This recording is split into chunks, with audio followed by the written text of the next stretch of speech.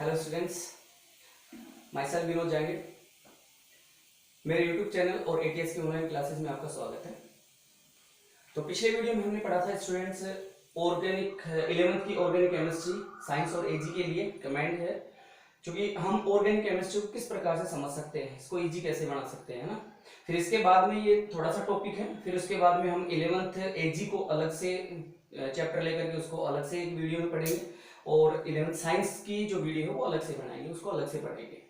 ठीक है, तो यहाँ से हम बात करें एजी और साइंस दोनों की कंबाइंड है। तो हमने इससे पहले मैंने आपको बताया था कि जो ऑर्गेनिक केमिस्ट्री होती है उस ऑर्गेनिक केमिस्ट्री में कौन कौन से तत्व जो हैं वो मुख्य रूप से याद रखने हैं। ठीक है, उन तत्वों के बारे में मैंने आपको बताया था और जो एलिमेंट्स थे जिनको हमने याद रखा था वो था कार्बन, हाइड्रोजन, नाइट्रोजन, ऑक्सीजन, है ना। इसके बाद में एक्स का मतलब है FCl, ये सारे एलिमेंट्स के बारे में मैंने आपको बोला था, FCl, ठीक है, इनको याद करने के लिए बोला था मैंने। और फिर इसके बाद में मैंने इनके बारे में बताया था कि इनके संयोजी कोष यानी कि भाइटम कोष में कितने इलेक्ट्रॉन होते हैं, है ना, सभी के में। और फिर इनकी लुईस डॉट संरचना क्या होती है वो भी मैंने आपको बता दी थी। और फिर इसके बाद में इनकी जो संयोजकता होती है वो क्या होती है, वैलेंसी क्या होती है, वो भी मैंने आपको बता दी थी, है ना। तो यहां से हम अब इसकी जो लुईस डॉट संरचना है, लुईस डॉट संरचना, इस लुईस डॉट संरचना के आधार पर हम इन सभी जो एलिमेंट्स हैं इन एलिमेंट्स की आपस में बॉन्डिंग करवाएंगे, इलेक्ट्रॉन का शेयर होगा और उसके बाद में ये बॉन्ड बनाएंगे, एकल बंध, द्विबंध जो भी बनाते हैं वो बॉन्डिंग करेंगे ये, है ना। तो यहाँ पे हम बात करते हैं स्ट्रक्चरल फॉर्मूला, यानी इनकी संरचना जो है उस संरचना का जो सूत्र है वो क्या होगा, यानी संरचना सूत्र, स्ट्रक्चरल फॉर्मूला यानी संरचना सूत्र क्या होगा। तो इनकी स्ट्रक्चर क्या होती है, यानी ये जो है ना वो आपस में किस प्रकार से जुड़े हुए होते हैं, वो लुईस डॉट सिंबल जो है, लुईस डॉट स्ट्रक्चर जो है वो बताएगा कि इस प्रकार से ये जुड़े हुए होते हैं। जैसे क्योंकि भाइटम कोष में जो इलेक्ट्रॉनों की संख्या होती है वो इनके अंदर डिपेंड करेगी वो कितने इलेक्ट्रॉन साझा करेंगे। तो यहां हम एक एग्जाम्पल की बात करते हैं और एक नहीं कई एग्जाम्पल लेंगे यहाँ पे। देखो पहले की बात करें CH4, ये है, ये एक स्ट्रक्चर है, यानी कि ये एक अणुसूत्र है या ये एक कार्बनिक यौगिक है। ठीक, इस कार्बनिक यौगिक की स्ट्रक्चर क्या होगी, तो हम इसमें से देखें कौन कौन से तत्व इसमें प्रेजेंट हैं वो देख लें आप। तो देखो इसके अंदर कार्बन है और हाइड्रोजन है, कार्बन है और हाइड्रोजन है ना। अब इनकी लुईस डॉट संरचना क्या है और इनकी संयोजकता क्या है वो हमने पढ़ ली है पिछले वीडियो के अंदर। ठीक, अब यहां पे देखो इसमें क्या है, एक तो कार्बन है, एक तो कार्बन है, और कार्बन की लुईस डॉट संरचना क्या है जो मैंने आपको बताया था वो ये है भाई, 1 2 3 4। ठीक है, अब ये कार्बन जो है वो 4 एकल बंध है, इसका मतलब 4 इसकी संयोजकता होती है, अर्थात 4 बॉन्ड बनाएगा क्योंकि पेयर कोई भी नहीं है। अब इसके साथ कौन जुड़ा हुआ, हाइड्रोजन। तो देखो हाइड्रोजन जो है उसकी लुईस डॉट संरचना में देखें तो इसमें केवल एक ही डॉट है, ये रहा। ठीक है, तो इसका मतलब ये हाइड्रोजन जो है केवल एक ही डॉट का मतलब एक ही इलेक्ट्रॉन है इसके पास, तो ये एक ही इलेक्ट्रॉन के साथ में, तो इसके एक इलेक्ट्रॉन के साथ में इस प्रकार से साझा कर लेगा। ठीक है, एकल बंध बनाएगा, ये हाइड्रोजन है और इसके पास भी एक ही है, तो ये इस प्रकार से साझा कर लेगा। फिर ये हाइड्रोजन है, इसके पास भी, क्योंकि लुईस डॉट संरचना हमें याद होनी चाहिए, ये इसके साथ करेगा। फिर ये हाइड्रोजन है, ये इसके साथ करेगा, अर्थात एक कार्बन के साथ 4 हाइड्रोजन हैं। क्योंकि हाइड्रोजन जो है वो एकल संयोजी होता है, यानी उसके पास केवल और केवल भाइटम कोष में, यानी कि लुईस डॉट संरचना में देखा था भाइटम कोष में, संयोजी कोष में केवल एक ही इलेक्ट्रॉन होता है, इसलिए एक ही डॉट होता है लुईस डॉट संरचना में। ठीक है, तो ये एक के साथ में साझा करेगा, तो आता है कार्बन के पास 4 डॉट होते हैं, तो ये कार्बन जो है वो 4 हाइड्रोजन के साथ में इस प्रकार से बंध बनाएगा और ये CH4 की संरचना। देखो सेकंड एग्जांपल है, मैं लेता हूं यहां पे C2H6 है ना। अब मैं इसको ऐसे भी तो लिख सकता हूं ना, यानी कि मैंने ये C2H6 लिख लिया, ये अणुसूत्र हो गया, या फिर इसको ऐसे भी तो लिख सकते हैं CH3CH3। देखो ऐसे भी लिख दिया मैंने, कोई बंद नहीं बनाया इसके बीच में, मैंने केवल ये लिखा CH3CH3, इसको ऐसे भी लिखा जा सकता है ना। अब देखो इसकी स्ट्रक्चर क्या बनेगी, क्योंकि ये स्ट्रक्चर अगर समझ में आएंगे ना तो आप लोगों को ऑर्गेनिक केमिस्ट्री में रिएक्शन मैकेनिज्म समझ में आएंगे।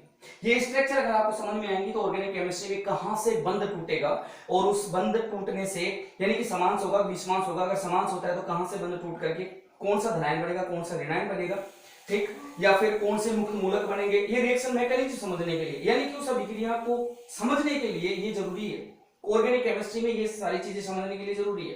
देखो आईयूपीएसी नेम नाम है ना, और आइसोमेरिज्म समावयवता है ना, ये चीजें भी बहुत इंपॉर्टेंट है जो हम इस 11th के अंदर लेके चलेंगे। तो ये सारे टॉपिक क्लियर करते चलेंगे जो ऑर्गेनिक केमिस्ट्री में इंपॉर्टेंट है और जो ऑर्गेनिक केमिस्ट्री समझने में बहुत ज्यादा हेल्पफुल होते हैं, मदद करते हैं। तो देखो यहाँ पे इसकी C2H6, अब यहाँ पे C2 यानी कि कार्बन 2 है, सिंपल सी बात है हम 2 कार्बन बना लें, ये लो सर, ये 2 कार्बन हो गए, ठीक है। एक कार्बन के पास 4 डॉट, ये लो लुईस डॉट संरचना में ये 4 डॉट हो गए, ये वैलेंसी है और वैलेंसी आपको ध्यान होनी चाहिए। बाकी आपको नहीं आता है तो ये डॉट संरचना आपने पढ़ी है तो डॉट बना लो, फिर उसमें एक भी इलेक्ट्रॉन देख लो कितने वो पेयर करेंगे, है ना, शेयर करेंगे इलेक्ट्रॉन का। अब देखो यहाँ पे H कितने हैं 6, तो देखो इस कार्बन और इस कार्बन के मध्य ये तो एक दोनों आपस में ये कार्बन दोनों है ना एक एक इलेक्ट्रॉन का साझा करेंगे, ये दोनों इलेक्ट्रॉन का शेयर होगा और यहाँ पे ये एकल बंध बन जाएगा। अब देखो ये तीनों कार्बनों से यानी सॉरी दोनों कार्बनों से 3 डॉट बाकी रह गए, तो हमें क्या करना है हाइड्रोजन जोड़ना है। तो देखो हाइड्रोजन एक ये हो जाएगा, ठीक, एक हाइड्रोजन यहाँ पे ये जुड़ जाएगा, एक हाइड्रोजन यहाँ पे ये जुड़ जाएगा, क्योंकि इसके पास एक ही डॉट होता है इसलिए ये इसके साथ ऐसे जुड़ जाएगा। फिर देखो ऐसे ही इसके साथ भी एक हाइड्रोजन जुड़ जाएगा, इसके साथ ऐसे भी एक हाइड्रोजन जुड़ जाएगा, इसके साथ ऐसे एक हाइड्रोजन जुड़ जाएगा। इस प्रकार से ये प्रत्येक कार्बन 3 हाइड्रोजन से एक इलेक्ट्रॉन जो है उसका साझा करके इस प्रकार से जुड़ जाएंगे। तो क्योंकि ये तो 4 बनाएगा ना, तो 1 2 3 4, क्योंकि 4 एक भी इलेक्ट्रॉन थे, इसके पास केवल एक ही था तो एक बंध बना देगा, ये एक बंध बनाएगा ये एक बंध बनाएगा, तो इस प्रकार से इसकी ये स्ट्रक्चर होगी, ठीक है। अब देखो अगला एग्जांपल लेते हैं, थर्ड एग्जांपल। अब देखो एकल बंध वाले इस प्रकार से चलते जाएंगे, C2 बड़ा है C3 बड़ा आ जाएगा, C4 बड़ा आ जाएगा, C5 बड़ा आ जाएगा, इस प्रकार से चलता ही जाएगा। तो इसी प्रकार से कार्बन की 4 जो वैलेंसी है वो कंप्लीट करते जाएंगे। अब देखो यहाँ पे एक एग्जांपल लेते हैं, CH3CH2, माना ये है सूत्र है और इसका हमें क्या बनाना है स्ट्रक्चर फॉर्मूला बनाना है, ठीक है। ये एक सूत्र है, इसका स्ट्रक्चर फॉर्मूला बनाना है। तो देखो क्या बनेगा, इसका हमें स्ट्रक्चर फॉर्मूला बनाना है, तो देखो ऐसे बनेगा ये। अब इसी की तरह से देखो ये एक कार्बन है, ये लो साहब, फिर ये दूसरा कार्बन है, ये लो, फिर ये तीसरा कार्बन है, ये लो, ठीक है। ये 3 कार्बन है अपने पास। देखो ये मैंने कोई बंध नहीं बनाया, अब यहाँ पे इस डॉट संरचना के द्वारा इसमें कैसे बंध बनेंगे वो देखेंगे। एक कार्बन है, 2 कार्बन, 3 कार्बन, ये 3 कार्बन है, तीनों कार्बन मैंने लिख दिया। अब देखो 3 कार्बन के 4 डॉट, चारों डॉट लगा लो, लगा लिए। अब देखो अब इन कार्बनों में देखो इसको और इसको तो जोड़ दो एक बंध से, इसको भी जोड़ दो एक बंध से, और अब इसमें देखो आगे कोई कार्बन नहीं है तो इसमें क्या जोड़ेंगे। अब देखो इस कार्बन से देखो इसमें स्पष्ट है CH3, इस कार्बन से 3 है तो एक H तो यहां जोड़ दो, एक H यहां जोड़ दो और एक H यहां जोड़ दो, हो गया CH3। अब देखो ये CH, तो एक H जोड़ दो, चाहे नीचे जोड़ दो चाहे ऊपर जोड़ दो, कहीं भी जोड़ दो, ये एक H, ये लो सब जुड़ गया, जुड़ गए। अब देखो यहाँ पे ये 2 हैं तो एक H मैंने यहां जोड़ दिया, ये लो, और एक H मैंने यहां जोड़ दिया, ये हो गया। तो इससे 2 H जुड़ गए। अब देखो इस कार्बन का एक डॉट यानी कि एक वैलेंसी खाली रहेगी, इस कार्बन की भी एक वैलेंसी खाली रहेगी, तो इन दोनों के बीच में क्या लग जाएगा एक बंध और बन जाएगा, यानी डबल बॉन्ड लग जाएगा इस प्रकार से। तो इसको मैं ऐसे लिख सकता हूं, बताओ लिख सकता हूं, तो ये हो गया ये वाला, तो ये हो गया एल्कीन यानी एथीन, ठीक है। इस प्रकार से ये संरचना होगी इसकी। तो इसी प्रकार से स्ट्रक्चर फॉर्मूला आप तैयार करोगे, स्ट्रक्चर फॉर्मूला बनाओगे किसी भी कार्बनिक कंपाउंड का, इस प्रकार से स्ट्रक्चर फॉर्मूला बनाते हैं। चलो एक एग्जांपल और लेते हैं, एक एग्जांपल और लेते हैं। जैसे यहाँ पे मैं चौथा एग्जांपल लेता हूं,